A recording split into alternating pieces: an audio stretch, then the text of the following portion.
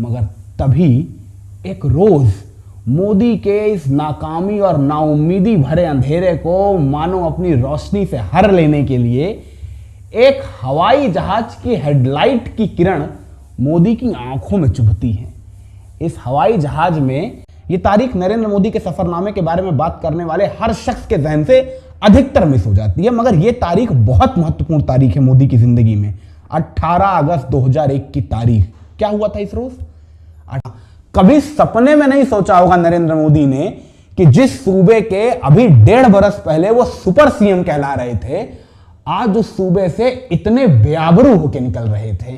मगर नरेंद्र दामोदर दास मोदी की जिंदगी की हर एक छुपी अंतर्तहों को आपके सामने उजागर करने की कोशिश करती हमारी इस खास सीरीज नरेंद्र मोदी अनफोल्डेड की ये तीसरी कड़ी शुरू तो ठीक उसी घड़ी से होती है जिस घड़ी हमारी पिछली कड़ी ने हमें विदा कहा था, यानी 26 जनवरी बरस 1992 के उसी रोज से, जब 5 साल के थका देने वाले सियासी सफरनामे के बाद अंततः डॉक्टर मुरली मनोहर जोशी ने बादामी बाग अंतरराष्ट्रीय हवाई अड्डे के बीच उस बंद कमरे के भीतर देश भर के मीडिया मित्रों के सामने नरेंद्र मोदी का परिचय कराया था। यह हिंदुस्तान की मीडिया के सामने मोदी का पहला परिचय था, जिसके बाद अगली सुबह देश के हर अखबार में एक साथ नरेंद्र मोदी की तस्वीर और उनका परिचय छपा था।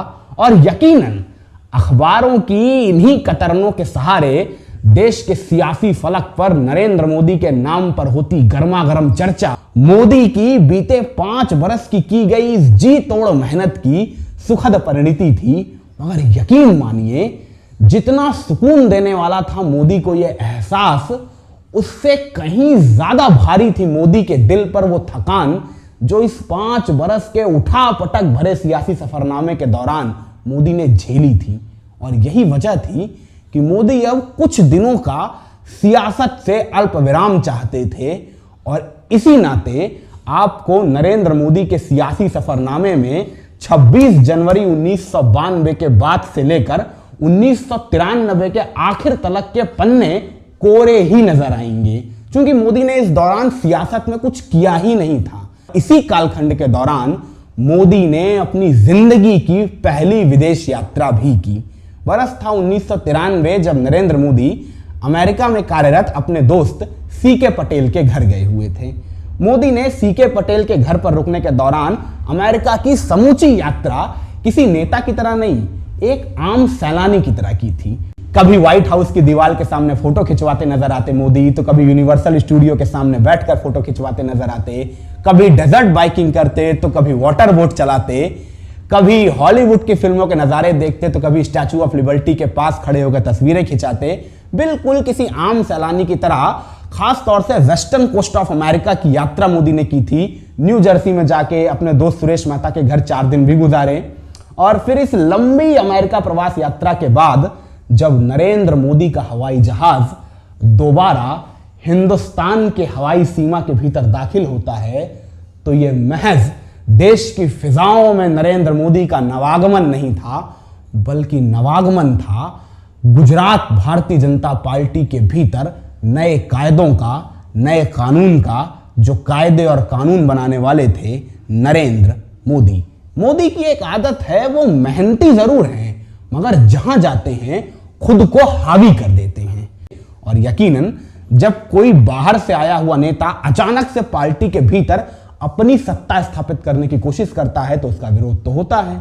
और गुजरात भारतीय जनता पार्टी के भीतर मोदी का विरोध करने वाला सबसे पहला और सबसे बड़ा चेहरा बना गुजरात भाजपा के भीतर नंबर 2 की हैसियत रखने वाला नाम शंकर सिंह वाघेला। मगर वाघेला कितने भी बड़े क्यों ना हो, थे तो नंबर 2 ही। नरेंद्र मोदी के फैसलों को पलटने के लिए जो ताकत वाघेला को चाहिए थी, वो वाघेला के पास नहीं, गुजरात भारतीय जनता पार्टी के नंबर 1 किरदार केशु भाई पटेल के पास थी, जिनसे नरेंद्र मोदी ने गलबहियां कर रखी थी। और मोदी और केशु भाई की इस गलबहियां के चलते वाघेला कुछ नहीं कर सकते थे सिवाय इसके कि नरेंद्र मोदी के फैसलों का अक्षरशः पालन करें। मगर अब ऐसा तो होगा नहीं कि वाघेला सब कुछ चुपचाप करते चले जाएं और उनके दिल के भीतर एक कसक तक ना उठे, एक टीस तक ना उठे।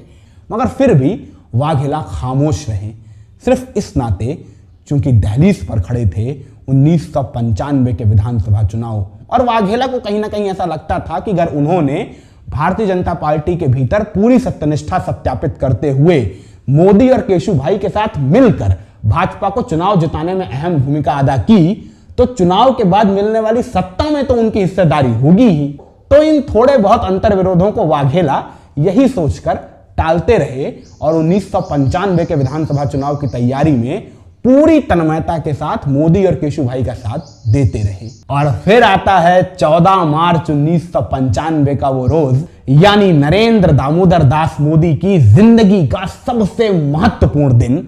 इसलिए नहीं कि इस दिन गुजरात के भीतर भारतीय जनता पार्टी ने सरकार बनाई थी और केशुभाई पटेल ने बतौर मुख्यमंत्री शपथ ली थी, बल्कि इसलिए कि 6 दिसंबर 1992 की कालिख अपने माथे पर चस्पा करने के बाद भारतीय जनता पार्टी ने पहली दफा किसी सूबे में जीत का झंडा फहराया था, और इस जंग को फतह करने वाली सेना के सेनापति थे नरेंद्र मोदी। जीत का सहरा मोदी के सरमाथे बंधा था और इसीलिए बलबी से केशुभाई बन गए हो मुख्यमंत्री, मगर गुजरात भारतीय जनता पार्टी के अंदर खाने सुपर सीएम के नाम से तो मोदी ही जाने जा रहे थे। अच्छा एक बात बताइए, कुछ खटका नहीं आपको? मैंने केशुभाई पटेल के बारे में बताया कि वो मुख्यमंत्री बन गए, नरेंद्र मोदी के बारे में बताया कि वो सुपर सीएम बन गए, मगर शंकर सिंह वाघेला के नाम पर कोई चर्चा नहीं किया, एक शब्द ना खर्चा किए। क्यों? वाघेला के हाथ क्या आया इस सत्ता में? तो वाघेला के हाथ सत्ता में हिस्सेदारी उतनी ही आई जितने शब्द हमने वाघेला के लिए खर्च किए थे, यानी 0, 0। बावजूद इसके कि चुनावों के भीतर वाघेला ने भी उतनी ही मेहनत की थी जितनी कि नरेंद्र मोदी या केशुभाई पटेल ने। तो जाहिराना तौर से वाघेला को दिल के भीतर बड़ी गहरी चोट लगी थी, बेचैन थे वाघेला, और अपने जहन के भीतर उमड़ती इस बेचैनी का इल्हाम उन्होंने केशुभाई को बखूबी करा दिया था उस मुलाकात के भीतर, जो मुलाकात केशुभाई ने अपनी अमेरिका यात्रा से पहले वाघेला से की थी। उस मुलाकात में वाघेला ने केशुभाई से स्पष्ट लहजे में कहा था, अमेरिका जा रहे हैं ना आप, जाइए जाइए, मगर एक वादा है मेरा, लौट कर आएंगे तो ना ये सत्ता का तख्त रहेगा न सर पे ये सत्ता का ताज, ये वादा है मेरा। वाघेला ने इतना बड़ा ऐलान पूरे होशो हवास में किया था, मगर शायद केशुभाई उस दिन सियासी तौर से बेहोश जरूर थे, तभी वाघेला के इतने गंभीर ऐलान को उन्होंने बिल्कुल गंभीरता से नहीं लिया और हवा में उड़ गए अमेरिका के लिए। मगर केशुभाई को यह इल्हाम नहीं था कि ये उनका जहाज नहीं उड़ा है गुजरात की धरती से, केशुभाई का झंडा उड़ा है गुजरात की सियासत से। क्योंकि केशुभाई के रवाना होते ही तत्काल वाघेला ने गुजरात भारतीय जनता पार्टी के 121 विधायकों की दहलीज पर एक प्रस्ताव पहुंचाया, वाघेला से उनके घर पर मुलाकात करिए। वाघेला बीते कई महीनों से लगातार ऐसे संकेत दे रहे थे जिससे यह साफ था इन 121 में से जो भी विधायक वाघेला के दर पे जाएगा वो केशुभाई से कहीं ना कहीं किसी ना किसी मसले पर नाराज जरूर है। और आपको यकीन नहीं होगा, 121 में से 105 विधायक वाघेला के दर पर जा पहुंचे, जहां वाघेला ने उन विधायकों को प्रस्ताव दिया कि वो केशुभाई पटेल की सरकार छोड़ उनके दामन में आके बैठ जाएं। अब वाघेला के बुलावे पर वाघेला के दर पे आना अलग बात थी, और चलती सरकार से दामन छुड़ा वाघेला के दामन में आके बैठना और बात थी। इतना साहस गिने चुने लोगों के पास होता है।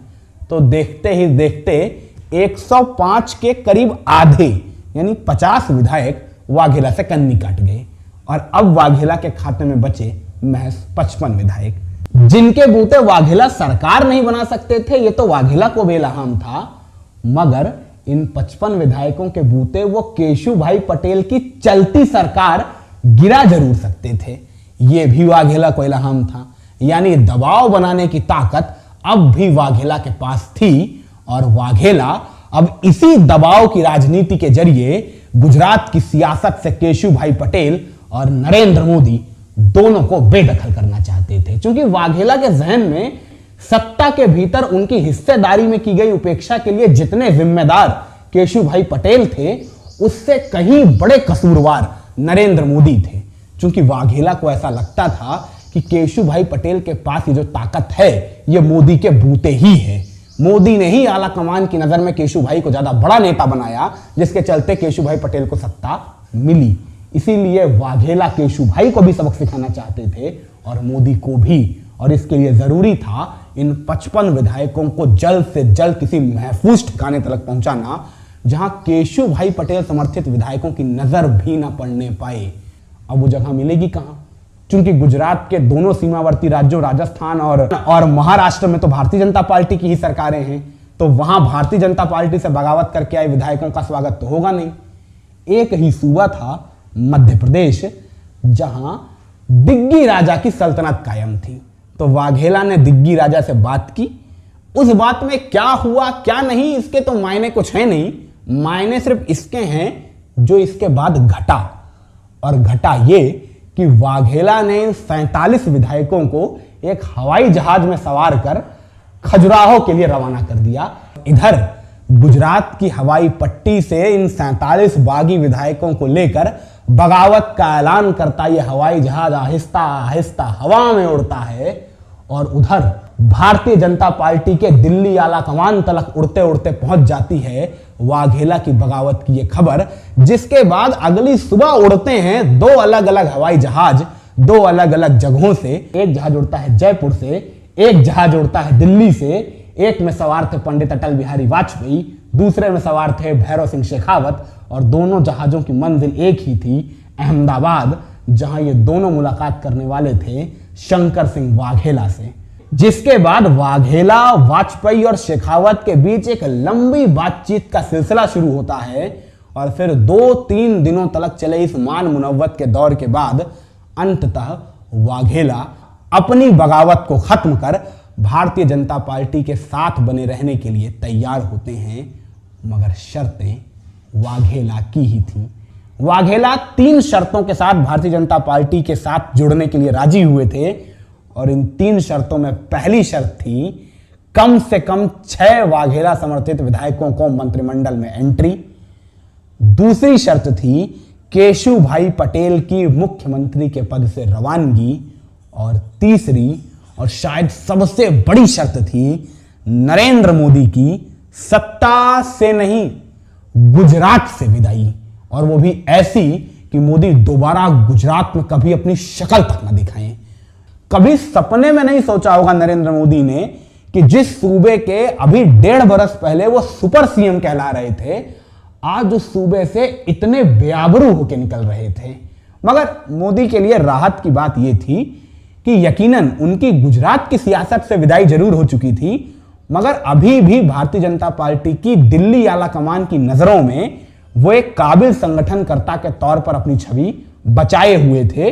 और इसी छवि के चलते दिल्ली पहुंचते ही तत्काल नरेंद्र मोदी को 1996 के हरियाणा विधानसभा चुनाव का प्रभार सौंप दिया गया, और मोदी हरियाणा विधानसभा चुनाव के भीतर भारतीय जनता पार्टी को जीत दिलाने की तैयारियों में जुट गए। और यकीन मानिए हरियाणा के इन विधानसभा चुनावों में मोदी ने बेजोड़ सांगठनिक कौशल का परिचय देते हुए चुनावों से ऐन पहले हरियाणा विकास पार्टी के साथ गठबंधन कर चुनावों के भीतर पिछले चुनावों से 6 गुना से अधिक सीटें जितवा के भारतीय जनता पार्टी को सत्ता के सिंहासन तक पहुंचा दिया। यह जीत जितनी बड़ी थी उतना ही बढ़ा था मोदी का कद दिल्ली आला कमान की नजरों में, और इसी बढ़े हुए कद का कमाल था कि मोदी को जल्द ही आगामी हिमाचल विधानसभा चुनाव की जिम्मेदारी भी मिली, और जहां भी नरेंद्र मोदी ने एक बेहद कठिन मुकाबले में तत्कालीन कांग्रेस के मुख्यमंत्री और हरियाणा के सबसे कद्दावर नेता वीरभद्र सिंह को सत्ता के सिंहासन से हटा, न सिर्फ भारतीय जनता पार्टी की सत्ता में वापसी कराई, बल्कि शांता कुमार के पुराने गुट की बगावत को शांत करते हुए सूबे को प्रेम कुमार धूमल जैसा नया नेतृत्व भी दिया। और इन 2 जीतों ने दिल्ली आला कमान की नजर में मोदी को मानो किसी सितारे की तरह चमका दिया था।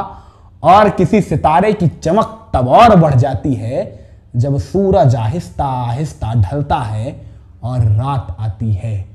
वही रात जो अब गुजरात के सियासी फलक पर भारतीय जनता पार्टी की उम्मीदों की आंखों को नजर आ रही थी, क्योंकि गुजरात के भीतर भारतीय जनता पार्टी के आलाकमान ने जिस वाघेला पर भरोसा कर केशुभाई पटेल को मुख्यमंत्री के पद से हटाया था, मोदी की गुजरात से रवानगी कराई थी, उन्हीं शंकर सिंह वाघेला ने भारतीय जनता पार्टी से बगावत कर अपनी अलग पार्टी बना ली थी और अब वो कांग्रेस के समर्थन के सहारे गुजरात के मुख्यमंत्री बन बैठे थे। यकीनन ये भारतीय जनता पार्टी के लिए किसी सदमे से कम नहीं था, मगर नरेंद्र मोदी के लिए ये किसी वरदान से कम भी नहीं था, क्योंकि अब मोदी को अवसर मिल चुका था अपनी छवि को बेदार और बेदाग साबित करने की। मोदी अब भारतीय जनता पार्टी के राष्ट्रीय स्तर के नेताओं से खुलकर वाघेला के बारे में बातें करने लगे कि मैंने तो वाघेला की तासीर पहले ही भांप ली थी, इसीलिए मैं वाघेला को नकार रहा था, मगर आप लोगों ने तब मेरी बात नहीं मानी। और जाहिर सी बात है, वाघेला के इस कारनामे ने मोदी की इन बातों को स्वतः सत्यापित कर दिया था, जिसके चलते नरेंद्र मोदी की छवि दिल्ली आलाकमान के भीतर और मजबूत हुई और बरस 1998 में नरेंद्र मोदी को मिला उनके सियासी सफरनामे का सबसे बड़ा प्रमोशन। मोदी को राष्ट्रीय संगठन महासचिव का पद सौंपा गया। यह पद राष्ट्रीय स्तर का पद होता है। यह पद भारतीय जनता पार्टी के भीतर कितना बड़ा और कितना महत्वपूर्ण हो सकता है, इसका अंदाजा आप इसी बात से लगा सकते हैं कि नरेंद्र मोदी से पहले इस शख्स पे सिर्फ और सिर्फ 3 लोग बैठे थे। मोदी चौथे वो व्यक्ति थे जो संगठन महासचिव के पद पर बैठे थे। फिर होता है 1998 के मध्य प्रदेश विधानसभा चुनाव का ऐलान, जिन चुनावों के भीतर भी भारतीय जनता पार्टी आलाकमान ने विगत 2 विजय के उदाहरणों को देखते हुए नरेंद्र मोदी के ही हाथों में चुनाव प्रभार सौंपा। और मोदी के लिए मध्य प्रदेश चुनाव बिल्कुल सरल था, तो मोदी को इल्हाम भी था और इत्मीनान भी था कि वो आराम से ये बाजी अपने नाम कर लेंगे, क्योंकि सूबे के भीतर दिग्विजय सिंह की भयंकर एंटी इनकम्बेंसी की खबरें भी भारतीय जनता पार्टी के नेता दिल्ली आलाकमान तक पहुंचा रहे थे। तो मोदी को लगा ये चुनाव उनके लिए बहुत सरल होने वाला है। मगर मध्य प्रदेश की ही धरती पर आके मोदी को इल्हाम हुआ कि असल में सियासी चुनाव और क्रिकेट मैच बिल्कुल एक जैसे होते हैं। दोनों में जीत के 2 ही मानक होते हैं, 2 ही वो कारक होते हैं जो जीत और हार का फैसला करते हैं। एक कि कप्तान जो नीतियां बना रहा है उन नीतियों का मैदान पर खिलाड़ी किस तरह पालन कर रहे हैं, वरना कप्तान चाहे जितनी नीतियां बना ले, अगर खिलाड़ी उन नीतियों का पालन ही नहीं करेंगे तो नीति बनाने से तो कुछ होने वाला नहीं है। और दूसरा बड़ा कारक ये कि मैदान पर सामने वाली टीम आपसे खराब ही खेले हर कीमत पर, या यूं कह लें कि आप उनसे बेहतर खेलें, मगर उसका आपसे 19 रहना जरूरी है। वरना कई दफा ऐसा होता है कि आप मैदान पर गए और 400 रन मार के आए, मगर सामने वाली टीम आई उसने 500 मार दिए, तो आप क्या करेंगे? जीत तो तब भी नहीं नसीब होने वाली है आपको। यानी चाहे टीम के खिलाड़ी आपकी बात ना माने या सामने वाली टीम आपसे 21 खेल दे, आपकी हार सुनिश्चित है। और मध्य प्रदेश के भीतर तो नरेंद्र मोदी के साथ ये दोनों कारक एक साथ काम करने लग गए। चूंकि उन दिनों मध्य प्रदेश भारतीय जनता पार्टी के भीतर वीरेंद्र सखलेचा, कुशाभाऊ ठाकरे, सुंदरलाल पटवा, कैलाश जोशी जैसे बड़े बड़े सियासी नेताओं के गुट पहले से मौजूद थे, तो इन बड़े सियासी नेताओं को नरेंद्र मोदी आकर कोई निर्देश दें और ये पालन कर लें चुपचाप, ये इनके वर्चस्व को गवारा नहीं था। मतलब इनको ऐसा लगता था ना कि ये कल का आया छोरा हमें सिखा रहा है। तो पर्दे के पीछे से नरेंद्र मोदी ने चाहे जितनी अच्छी नीतियां बनाई हों, उन नीतियों का पालन तो जमीन पर हुआ ही नहीं। और जिन थोड़ी बहुत नीतियों का पालन हुआ भी, जिससे वो थोड़ी बहुत कसर रह गई हो, उस कसर को पूरा कर दिया दिग्विजय सिंह के चुनावी मैनेजमेंट ने। दिग्विजय सिंह ने गांवों के भीतर अपना रकबा इतनी बेहतरी से संजो के रखा कि गांवों ने दिग्विजय सिंह को चुनाव जिता दिया। और बरस 1998 का यह विधानसभा चुनाव नरेंद्र मोदी के लिए डरावनी याद बन गया। इतना बुरा प्रदर्शन भारतीय जनता पार्टी ने किया, और वो भी मोदी की चुनावी सरपरस्ती में, कि मोदी के लिए ये चुनावी परिणाम मानो उनके समूचे सियासी सफरनामे पर किसी कलंक की तरह थे, जिस कलंक की कालिमा भी इतनी गहरी थी कि उस कालिमा ने आहिस्ता आहिस्ता देखते ही देखते नरेंद्र मोदी पर पड़ने वाली आला कमान की कृपा रश्मियों को बीच रास्ते में ही रोक दिया। मध्य प्रदेश के इन चुनावों के बाद नरेंद्र मोदी को किसी भी सूबे का चुनाव प्रभार नहीं सौंपा गया। कोई भी प्रभार नहीं सौंपा गया, ना कोई जिम्मेदारी सौंपी गई। नरेंद्र मोदी सियासत में पूर्णतः निष्क्रिय होकर किनारे कर दिए गए थे। माने आहिस्ता आहिस्ता वो दौर आ गया जब भारतीय जनता पार्टी के कई नेता मोदी को यह सलाह देने लगे कि कुछ दिनों के लिए सियासत से ही दूरी बना लो। मोदी को भी यह सलाह पसंद आई, जिसके बाद मोदी दिल्ली छोड़ के समूचा हिंदुस्तान छोड़ के अमेरिका में जाके बस गए। और अमेरिका में कभी विश्व हिंदू परिषद के किसी नेता के घर में, कभी राष्ट्रीय स्वयंसेवक संघ के किसी नेता के घर में, कभी किसी अपने पुराने दोस्त के घर में, इसी तरह अपना सियासी वनवास काटने लगे, इस इंतजार में कि कब दिल्ली से उनके लिए बुलावा आएगा और उनका सियासी वनवास कटेगा। मगर मोदी को कहां इल्हाम था कि उनका यह इंतजार इंतहा की हद तक पहुंचने वाला है। माने मोदी तो अमेरिका चंद दिनों के लिए आए थे, मगर वो चंद दिन कब हफ्तों में बदल गए, हफ्ते कब महीनों में बदल गए और महीने कब बरस में बदल गए, मोदी को इल्हाम ही ना चला।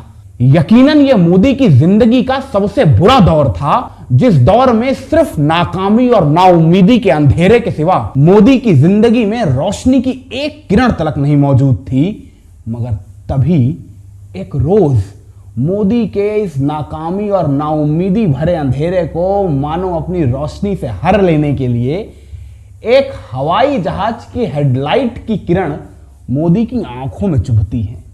इस हवाई जहाज में देश के तत्कालीन प्रधानमंत्री पंडित अटल बिहारी वाजपेयी अपने शिष्टमंडल के साथ मौजूद थे, जो बरस 2000 के 9वें महीने यानी इसी सितंबर के महीने में अमेरिका यात्रा पर गए हुए थे।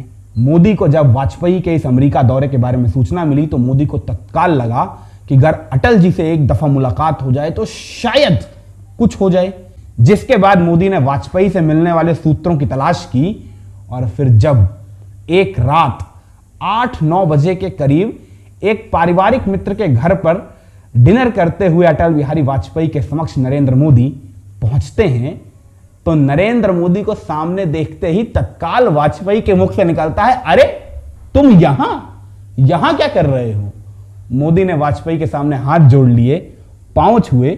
वाजपेयी ने मोदी की पीठ पर अपना हाथ रखा और फिर कहा, ऐसे भागते रहने से काम नहीं चलेगा, दिल्ली लौटिए, जिम्मेदारियां मिलेंगी। नरेंद्र मोदी वाजपेयी के इस आश्वासन के बाद दिल्ली वापस लौटते हैं, जहां नरेंद्र मोदी को भारतीय जनता पार्टी के अशोक रोड स्थित मुख्यालय के पीछे के हिस्से में अहाते में एक छोटा सा कमरा मिलता है। मोदी उसी कमरे में आहिस्ता आहिस्ता अपनी नई सियासी जिंदगी की शुरुआत करते हैं। मोदी यकीनन अभी दिल्ली में थे, मगर मोदी का दिल अभी भी गुजरात की गलियों में भटक रहा था, जहां केशुभाई पटेल की सरकार बन चुकी थी। वही केशुभाई पटेल जो यकीनन कल तलक नरेंद्र मोदी के साथ गलबहियां करते हुए नजर आते थे, मगर अब वो नरेंद्र मोदी के नाम से भी कतराने लगे थे। उन दिनों केशुभाई के इर्द गिर्द संजय जोशी, हरेंद्र पांड्या, गोवर्धन झाकड़िया जैसे अलग युवा तुर्क नेता स्थापित हो चुके थे, जो यकीनन किसी भी कीमत पर नरेंद्र मोदी को दोबारा गुजरात भारतीय जनता पार्टी के भीतर प्रवेश भी नहीं कराना चाहते थे। और मोदी को यह बात भली भांति पता थी। मोदी को पता था कि गुजरात भारतीय जनता पार्टी के नेता उन्हें गुजरात के भीतर कभी प्रवेश नहीं कराना चाहेंगे। मगर मोदी चाहते तो थे दोबारा गुजरात जाना, तो रास्ता क्या था? रास्ता मोदी को पता था। गर केंद्र भारतीय जनता पार्टी का आला कमान उन्हें गुजरात के भीतर खुद संस्तुत करके भेजेगा, तब तो गुजरात प्रदेश भारतीय जनता पार्टी कार्यकारिणी की मजबूरी हो जाएगी कि नरेंद्र मोदी को ही अपना नेता माने। तो बस नरेंद्र मोदी आहिस्ता आहिस्ता अपने इसी उद्देश्य को पूरा करने की राह में रत हो जाते हैं। और इसके लिए ना मोदी को कोई खास पैंतरा आजमाना पड़ा, ना कोई बहुत बड़ी गणित लगानी पड़ी। दिल्ली कार्यालय में तो रहते ही थे मोदी, जहां अक्सर दिल्ली आला कमान के बड़े नेताओं का आना जाना लगा रहता था। तो इन्हीं आने जाने वाले नेताओं से बात ही बात में मोदी अक्सर अपने गुजरात मॉडल की बातें करने लगे, आहिस्ता आहिस्ता, कि उनके जहन में गुजरात का विकास कैसे होना चाहिए, कैसे नहीं होना चाहिए, केशुभाई पटेल क्या नहीं कर रहे हैं। इस तरह की बातें बात ही बात में अक्सर मोदी दिल्ली आला कमान के बड़े नेताओं से करने लगे थे। और इसका कहीं ना कहीं असर दिल्ली आला कमान के नेताओं के जहन पर इस कदर पड़ने लगा था कि उन नेताओं को लगने लगा था कि नरेंद्र मोदी के पास गुजरात के विकास को लेकर एक मॉडल है, गुजरात की अच्छी खासी समझ है, जिस नाते आहिस्ता आहिस्ता दिल्ली आला कमान की नजर में मोदी संभावित नेतृत्व के एक विकल्प के तौर पर उभरने लगे और उस विकल्प को कई छोटी छोटी चीजों ने और मजबूती प्रदान की। जैसे 18 अगस्त 2001 की तारीख, यह तारीख नरेंद्र मोदी के सफरनामे के बारे में बात करने वाले हर शख्स के जहन से अधिकतर मिस हो जाती है, मगर यह तारीख बहुत महत्वपूर्ण तारीख है मोदी की जिंदगी में। 18 अगस्त 2001 की तारीख, क्या हुआ था इस रोज? 18 अगस्त 2001 के रोज नरेंद्र मोदी पहली दफा देश के प्रधानमंत्री आवास के भीतर गए थे। पहली दफा देश के प्रधानमंत्री आवास को भीतर से निहारा था मोदी ने। क्यों? किस उद्देश्य से गए थे? उद्देश्य था अपने गुरु लक्ष्मण राव इनामदार पर लिखी अपनी किताब सेतुबंध का पंडित अटल बिहारी वाजपेयी के हाथों से विमोचन करवाना। अब आप खुद जानते हैं पंडित अटल बिहारी वाजपेयी लिखने पढ़ने वाले आदमी थे, उनको कवि लेखक जगत के लोग कितने पसंद आते थे। तो नरेंद्र मोदी की इस तरह की छवि वाजपेयी के जहन में अंकित होने लगी थी अगस्त सितंबर 2001 आते आते। और इसी बीच भाग्य ने भी मोदी का खूब साथ दिया। 26 जनवरी 2001 की तारीख तो आप सभी को याद होगी, जब पूरा देश गणतंत्र दिवस की परेड को देख अपना सीना चौड़ा कर रहा था, मगर उसी वक्त हिंदुस्तान का एक कोना सुबक रहा था, सिसक रहा था, दर्द से कराह रहा था। और उस दर्द की झलकियों ने देखते ही देखते देशवासियों के जहन में मनते जश्न को मातम में तब्दील कर दिया था। सुबह 10 बजते बजते समूचा हिंदुस्तान सोग में डूब चुका था। चूंकि इस रोज भारत के पश्चिमी कोने पर अंजार से करीब 150 किलोमीटर की दूरी पर कच्छ की खाड़ी के केंद्र में एक भयानक भूकंप आया था, जिस भूकंप की विनाश लीला का तांडव जिस किसी ने देखा दर्द से कराह उठा। समूचा पश्चिमी गुजरात महाविनाश लीला की चपेट में आ चुका था, मगर यकीनन इस भूकंप ने गुजरात की धरती पर महाविनाश की लीला की थी, मगर यह भूकंप नरेंद्र मोदी के लिए विकास की नई लीलाएं रचने वाला था। क्योंकि इस भूकंप के आने के बाद बड़े पैमाने पर राहत बचाव कार्य की आवश्यकता थी, जिस राहत बचाव कार्य के प्रबंधन में केशुभाई पटेल की सरकार ने कई खामियां की थी, जिन खामियों पर नजरें देश की मीडिया की खूब गई। और उस दौर में देश के भीतर डिजिटल मीडिया की क्रांति हो रही थी, तो देश के समाचार चैनलों ने केशुभाई पटेल की उन खामियों को खूब दिखाया, खूब कवर किया, जिससे देश भर में केशुभाई पटेल की प्रशासनिक खामियों की खूब चर्चा होने लगी। और पर्दे के पीछे से इसमें कुछ हद तक भूमिका नरेंद्र मोदी की भी कही जाती है।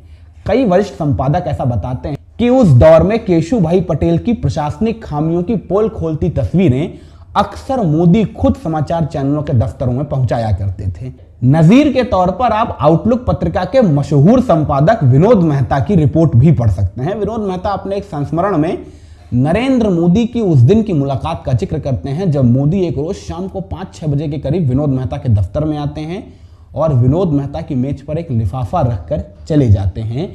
इस लिफाफे में केशुभाई पटेल की प्रशासनिक खामियों की पोल खोलती तस्वीरें थी, जिन तस्वीरों पर बाद में खूब रिपोर्टें प्रकाशित हुई और डिजिटल चैनलों पर दिखाई गई। तो ऐसे ही कई संस्मरण इस बाबत जानकारी जरूर देते हैं कि नरेंद्र मोदी की इसमें कुछ हद तक भूमिका जरूर थी, मगर वो भूमिका कितनी थी कितनी नहीं ये मायने नहीं रखता है। मायने ये रखता है कि उस दौर में डिजिटल समाचार चैनलों में केशुभाई पटेल की पोल खोलती तस्वीरें खूब चली, जिससे देश भर के भीतर केशुभाई पटेल की नकारात्मक तस्वीरें बनी, जिन तस्वीरों का नकारात्मक असर दिल्ली आलाकमान के जहन पर हुआ और उस नकारात्मक असर को और मजबूती प्रदान कर दी उन 3 उपचुनावों ने, जिन 3 उपचुनावों में गुजरात के भीतर भारतीय जनता पार्टी को जबरदस्त करारी शिकस्त झेलनी पड़ी, जिसके बाद भारतीय जनता पार्टी दिल्ली आलाकमान के माथे पर बल पड़े, पसीने की बूंदें टपकी कि अगर यही हाल आगे भी निरंतरता के साथ आगे बढ़ता रहा तो 1.5 बरस होने वाले सूबे के भीतर के विधानसभा चुनावों में भारतीय जनता पार्टी के हाथों से सत्ता का तख्त भी छिटक सकता है। ऐसे में दिल्ली आलाकमान को आवश्यकता महसूस हुई कि गुजरात के भीतर नेतृत्व परिवर्तन किया जाए। फिर इसके बाद क्या हुआ, इसे जानने के लिए तो आपको शमशान घाट चलना पड़ेगा। शमशान घाट दिल्ली का, तारीख थी 1 अक्टूबर 2001, जहां एक कैमरामैन गोपाल बिष्ट का अंत्येष्टि संस्कार हो रहा था और उस अंत्येष्टि संस्कार में नरेंद्र मोदी अहम भूमिका निभा रहे थे कि तभी नरेंद्र मोदी के कुर्ते में रखा फोन घनघनाता है। मोदी फोन उठाते हैं, फोन पर लाइन के उस पार पंडित अटल बिहारी वाजपेयी की आवाज गूंजती है। वाजपेयी मोदी से सवाल दागते हैं, कहाँ हो? मोदी जवाब देते हैं, जी शमशान में। सामने से वाजपेयी जोरदार ठहाका लगाते हैं कि यहां मैं तुम्हारे नवजीवन की बात कर रहा हूं और वहां तुम मौत की दहलीज पे खड़े हो। अरे मौत की दहलीज से पार आओगे तब तो नई जिंदगी में दाखिल होगे, जल्दी आओ। नरेंद्र मोदी फोन पर कहते हैं कि जी अंत्येष्टि संस्कार पूरा हो जाए उसके बाद मिलता हूं आपसे। इसके बाद मोदी वाजपेयी के पास जाते हैं और ज्यों ही मोदी वाजपेयी के कक्ष में दाखिल होते हैं, वाजपेयी मोदी की ओर देखते हैं और तपाक से कहते हैं, अरे बड़े मोटे हो गए हो दिल्ली का खाना खा खा के, थोड़ा वजन कम करो, अब दिल्ली का नहीं गुजरात का खाना खाओ। मोदी को बात समझ ही नहीं आई। मोदी ने कहा जी। वाजपेयी ने कहा, अरे भाई गुजरात जाइए, जिम्मेदारी संभालिए अपनी। मोदी को फिर भी बात नहीं समझ आई। तब जाके अटल बिहारी वाजपेयी ने नरेंद्र मोदी को समझाया कि उन्हें गुजरात का मुख्यमंत्री बनाकर दिल्ली से गुजरात संस्तुत किया जा रहा है।